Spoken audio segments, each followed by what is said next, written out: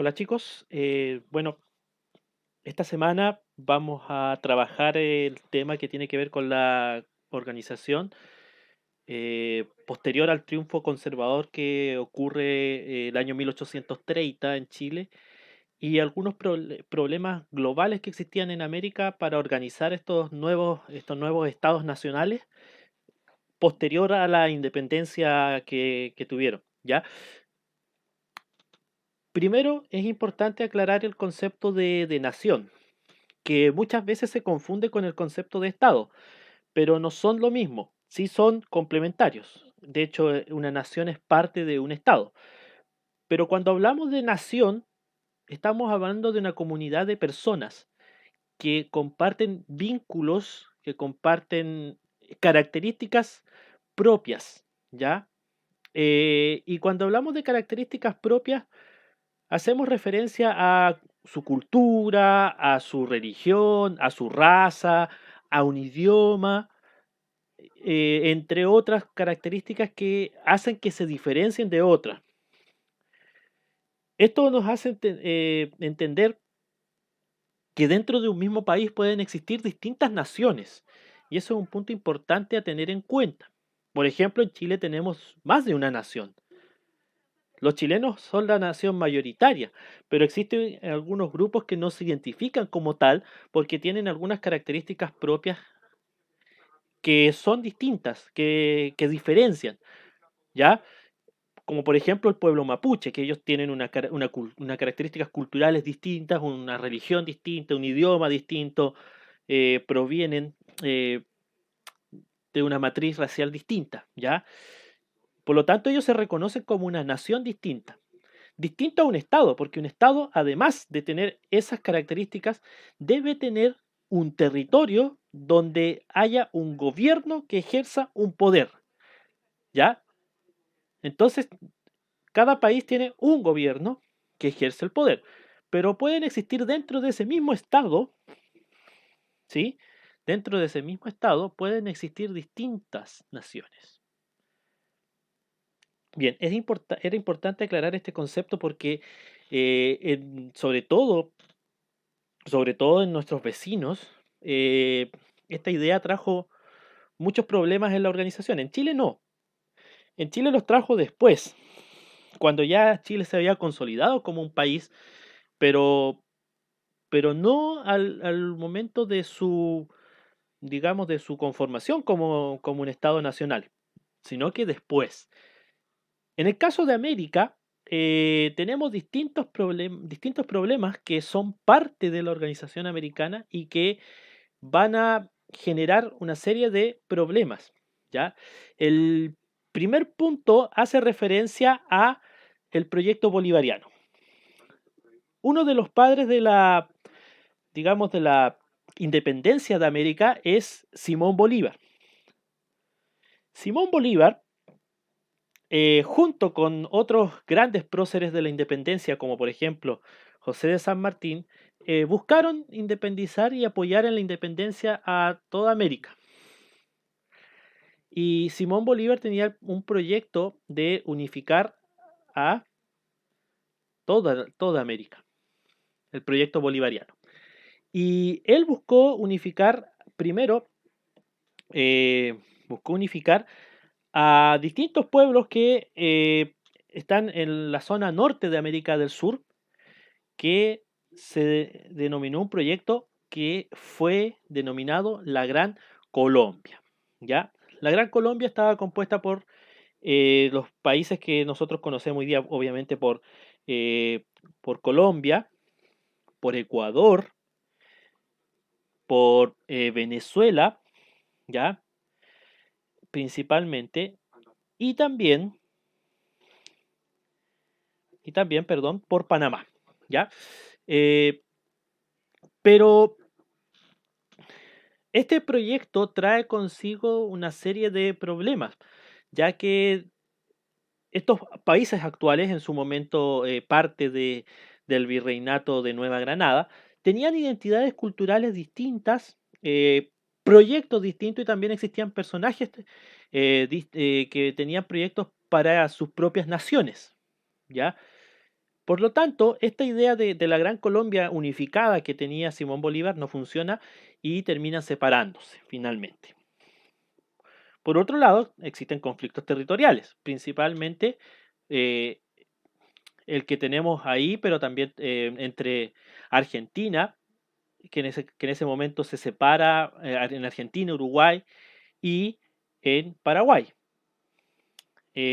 Perú, también con Bolivia y también lo que es Colombia, Ecuador, Venezuela, también ahí entre esa zona también existen distintos conflictos territoriales que se fueron solucionando o no solucionando dentro del siglo XIX y también del siglo XX inclusive. ¿Ya? La intervención de países extranjeros también fue importante. Estados Unidos propone una idea, una doctrina que hacía presagiar que Estados Unidos lo que buscaba era influenciar en América, que se llamó la doctrina Monroe, que básicamente planteaba que América era para los americanos y por lo tanto Estados Unidos buscaba consolidarse como la principal potencia americana y por lo tanto también ser un factor de influencia dentro de la América. Pero no tan solo tenemos la influencia de Estados Unidos, sino que también intentos de invasión, por ejemplo, Francia que trató de invadir México, por ejemplo, o España que trató de recuperar territorios en Perú, por ejemplo. En fin, el mismo Estados Unidos que tuvo distintos conflictos con México. De hecho, México pierde prácticamente la mitad de su territorio con la nación americana de Estados Unidos. En fin, eh, finalmente la independencia también trajo consigo la influencia de otras naciones en estos países americanos que estaban naciendo. ¿Ya? Por otro lado, las diferencias étnicas y culturales, como le explicaba, que hacían difícil la convivencia de distintos grupos étnicos dentro de un mismo país. ¿Ya? Eh, y también hacía que hubieran distintos grupos que estaban separados y que no eran considerados dentro de los países, como por ejemplo lo que pasaba con los descendientes de los esclavos de África en Brasil, por ejemplo, ya que fueron muchas veces discriminados porque no eran considerados parte de la nación por los criollos, ¿ya? Por los criollos que ya en este momento se habían transformado en una aristocracia. Eso pasó en Brasil, por ejemplo, pasó en Perú eh, y pasó también en otras naciones americanas. Bien, por lo tanto el periodo es complejo en América. Y en este sentido, lo que pasa en Chile es importante porque finalmente en Chile, al contrario de lo que ocurrió en los otros países americanos, Chile fue un país que tuvo cierta estabilidad y que después de la Guerra Civil de 1829 y 30, perdón, obtiene una estabilidad bastante importante que diferencia a Chile de sus vecinos, ¿ya? Y eso está dado por el triunfo del bando conservador y autoritario en la guerra civil de 1829 y 30, como les decía. ¿Ya? Y eso permitió que Chile se consolidara ya como un país independiente y con un proyecto político ya definido, ya relativamente claro. Primero tenemos la figura de Diego Portales. Y Diego Portales, empresario, como les decía, planteó una serie de ideas que fueron tomadas eh, por los gobernantes de la época, sobre todo por el presidente que es electo en el año 1831, José Joaquín Prieto, que fue parte del ejército que ganó la guerra civil. Y Diego Portales comienza a plantear una serie de ideas que son fuertemente aceptadas por el bando conservador. Primero, un gobierno fuerte y centralizado. Por lo tanto, acá cualquier intento o idea de federalismo en Chile es eliminada, ¿ya? Y es enterrada finalmente porque Chile se asume como un país centralizado y con un gobierno fuerte, con mucho poder, con un control del ejército importante, ¿ya? Con un poder ejecutivo que tenía amplias atribuciones, que podía eh, suspender cualquier libertad pública por, eh, por mucho tiempo y con causas prácticamente por capricho, podríamos decirlo inclusive, porque no, porque podía hacerlo prácticamente por querer, ¿ya? O sea, no había ningún contrapeso a ese poder y por lo tanto el presidente tenía un poder casi ilimitado. También planteaba que los funcionarios públicos tienen que tener una capacidad moral altísima. Sobre todo, él planteaba que los funcionarios públicos debían ser incorruptibles, ¿ya? Porque la corrupción era parte de estas naciones americanas. Fue un problema importante que tuvieron estas naciones americanas. Y por último, esta doctrina Monroe que le explicaba que buscaba transformar a Estados Unidos como la nación más influyente en América, fue rechazada por este caballero porque decía finalmente que eso podía provocar que finalmente nosotros estuviéramos solamente cambiando de quién nos gobernaba, desde los españoles a los estadounidenses. Por lo tanto, no era la idea. La idea era que los países americanos pudieran desarrollar sus propios rumbos en función de lo que ellos buscaban. Bien, en base a estas ideas, en base a estas ideas, se redacta la Constitución de 1833. Y esta Constitución es muy importante porque es la Constitución que más tiempo ha durado en Chile. Casi 100 años. Recién es cambiada esta Constitución por una nueva el año 1925, por lo tanto se transforma en una de las constituciones más importantes que ha tenido el país porque es la más larga, ¿ya? José Joaquín Prieto fue electo presidente el año 1831 y gobierna por 10 años, ¿ya? Y él ordena que se haga una nueva constitución, ¿ya? Que reemplaza la constitución del año 1828. Inspirada por Diego Portales, lo que hace es que esta constitución legitima que el presidente tenga tantas atribuciones y tenga tanto poder. ¿Por qué? Porque planteaba Diego Portales que mientras la población no fuera educada, no tuviera cierto grado de educación, no se podía establecer un régimen más liberal. Cuando eso ocurriera podría ser, pero sin embargo, como este no era el momento, tenía que haber un gobierno con mucho poder. Y obviamente con un poder ejecutivo, con un presidente de la República por sobre cualquier otro poder. Y eso hacía que la oposición finalmente estuviera con muy pocas posibilidades de lograr algún cambio, perdón. Establece un voto que se llama voto censitario. Y cuando hablamos de voto sufragio, son sinónimos, censitario estamos hablando de un voto que establece ciertas características que restringen el derecho a voto a una población, que cumpla requisitos generalmente asociados a género y a capacidad económica. Generalmente esos requisitos están asociados. Eso hace que la cantidad de personas que puedan ejercer su derecho a voto sea mínimo. Hoy día no tenemos ese tipo de votos porque solamente hoy día el derecho a voto está con el único requisito de edad y de no estar preso. Esos son los únicos requisitos que hoy día existen para ejercer el derecho a voto. Porque una vez que cumple 18 años, usted de forma inmediata tiene el derecho a voto. Pero eso en las épocas no ocurría. Porque para la época solamente podían votar los hombres. eh, Sabemos que estamos hablando del siglo XIX, una sociedad muy machista. Sociedades muy machistas en realidad, no tan solo la chilena. Debía tener 25 años si no estaba casado y 21 años si estaba casado. La justificación es que el matrimonio entregaba madurez, por lo tanto, entregaba una moralidad más alta y por lo tanto, eso hacía que la persona casada eh, estuviera con el derecho a votar antes, ¿ya? Aquí, por lo tanto, hay un error ahí. Eh, 21 años casado, debería decir ahí. Poseer bien inmueble o patrimonio económico, ¿ya? Eh, Principalmente una casa, un campo, una hacienda o una cantidad de dinero relativamente importante para la época. Y por último, que sepa leer y escribir.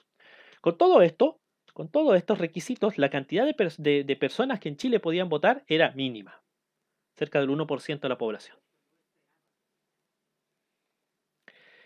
Bien, lo primero tiene que ver con la consolidación política, y la Constitución del 33 entrega la consolidación política. Luego tenemos la consolidación económica, y es un ministro de José Joaquín Prieto que se llama Manuel Rengifo, ¿ya?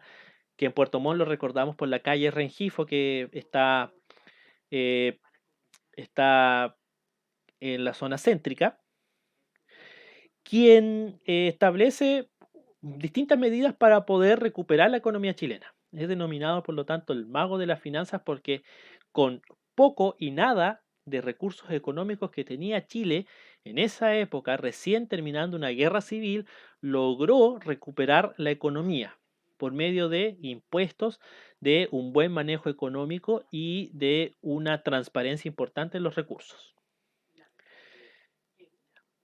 Por otro lado, había que buscar la forma de buscar rápidamente dinero. Y para eso se basaron en que Chile tenía una cantidad de recursos naturales importantes. Entonces la manera más rápida, pero no la mejor, ¿ya?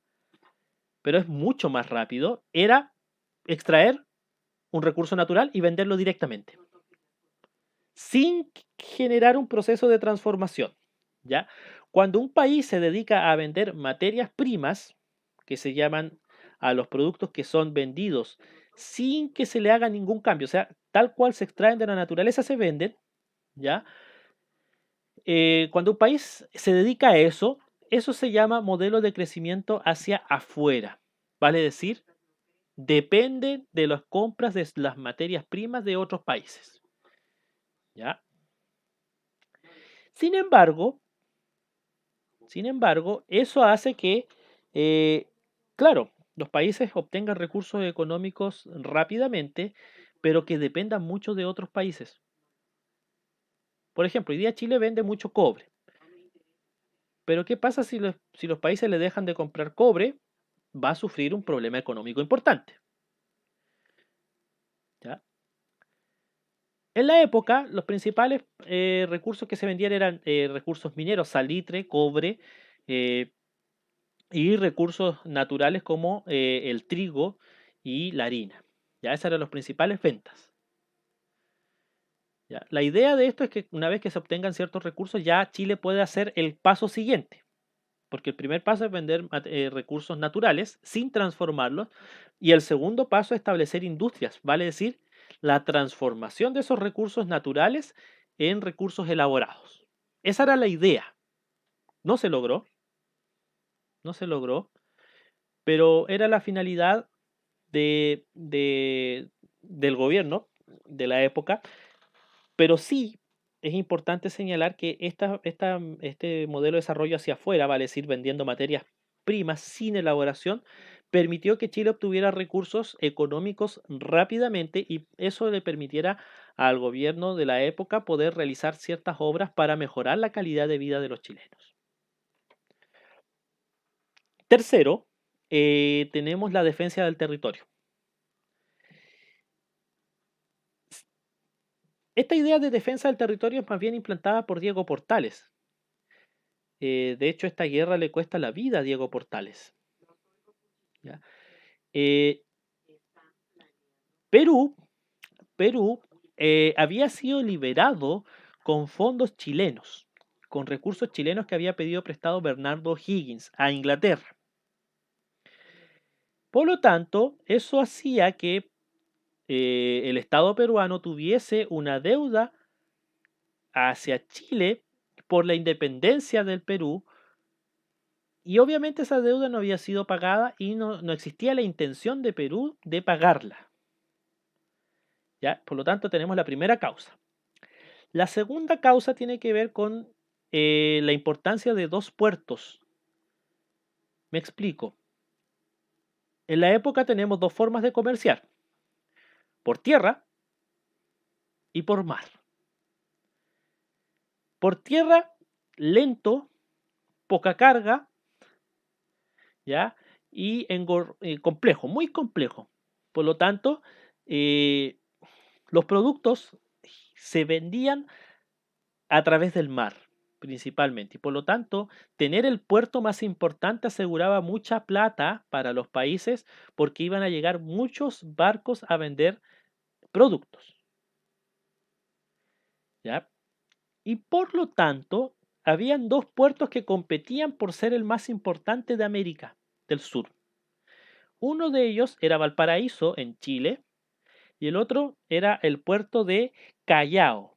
Y el puerto de Callao queda en Perú, ¿ya? Eh, y por lo tanto competían entre ellos. Diego Portales vuelve al gobierno, vuelve al gobierno y comienza a instalar una idea. Y esa idea está basada eh, en la defensa del territorio nacional, diciendo que Andrés de Santa Cruz, que fue un gobernante boliviano y que logró unir a Perú y Bolivia en un solo país que se llamó Confederación Perú-Boliviana, que Andrés de Santa Cruz quería recrear nuevamente al Imperio Inca. Vale decir, si se recreara el Imperio Inca, la mitad de Chile de la época iba a ser parte de este nuevo país, que se iba a llamar la Confederación Perú-Boliviana, que se llamaba, de hecho, porque ya Andrés de Santa Cruz, como les decía, había logrado unir a Perú y Bolivia, ¿ya? Y Portales instala la idea de que después de unir a Perú y Bolivia, Santa Cruz lo que iba a hacer era invadir Chile para, por lo tanto, unir a Chile dentro de este mismo país. Y por lo tanto pensaba que Chile, su territorio corría peligro. Y por eso el presidente Prieto, el presidente José Joaquín Prieto, le declara la guerra a Perú y Bolivia. ¿Ya? Eh, Fue una guerra breve, en realidad, ¿ya? Y no tan destructiva eh, como posteriormente fue la guerra del Pacífico, ¿ya? La, digamos que esta guerra, como les comentaba, le costó la vida a Diego Portales porque los soldados se sentían que estaban yendo a una guerra sin sentido. Y por lo tanto, cuando Diego Portales va a ver cómo están los soldados en Quillota, lo apresan y posteriormente lo fusilan, ¿ya? Sin embargo, la guerra continúa y termina ganando Chile esta guerra, ¿ya? Y Chile no obtiene más que la disolución de la Confederación Perú-Boliviana, o sea, Perú y Bolivia vuelven a ser dos países separados. Esa fue la gran victoria para Chile, entre comillas. Pero finalmente, eh, para Chile no tuvo un impacto económico importante, sí que obviamente se vio beneficiado Valparaíso como puerto. Bien, y de esta forma se consolida ya Chile como un país estable, con un gobierno muy, muy, muy autoritario, pero con un país que es estable, a diferencia de todos los países americanos prácticamente que no tenían ningún grado de estabilidad. Chile ya no tenía que preocuparse por estabilizar su país, poder detener algún enfrentamiento, no tenía que preocuparse de eso, sino que ya pudo abocarse a buscar una mejor forma de desarrollar el país. Bien, esta es una pequeña explicación que les dejo a disposición. Cualquier cosa, cualquier duda, pregunta, consulta, no duden en hacerla llegar por los medios correspondientes. Y nos estamos viendo, chicos, en una próxima ocasión. Gracias, chicos.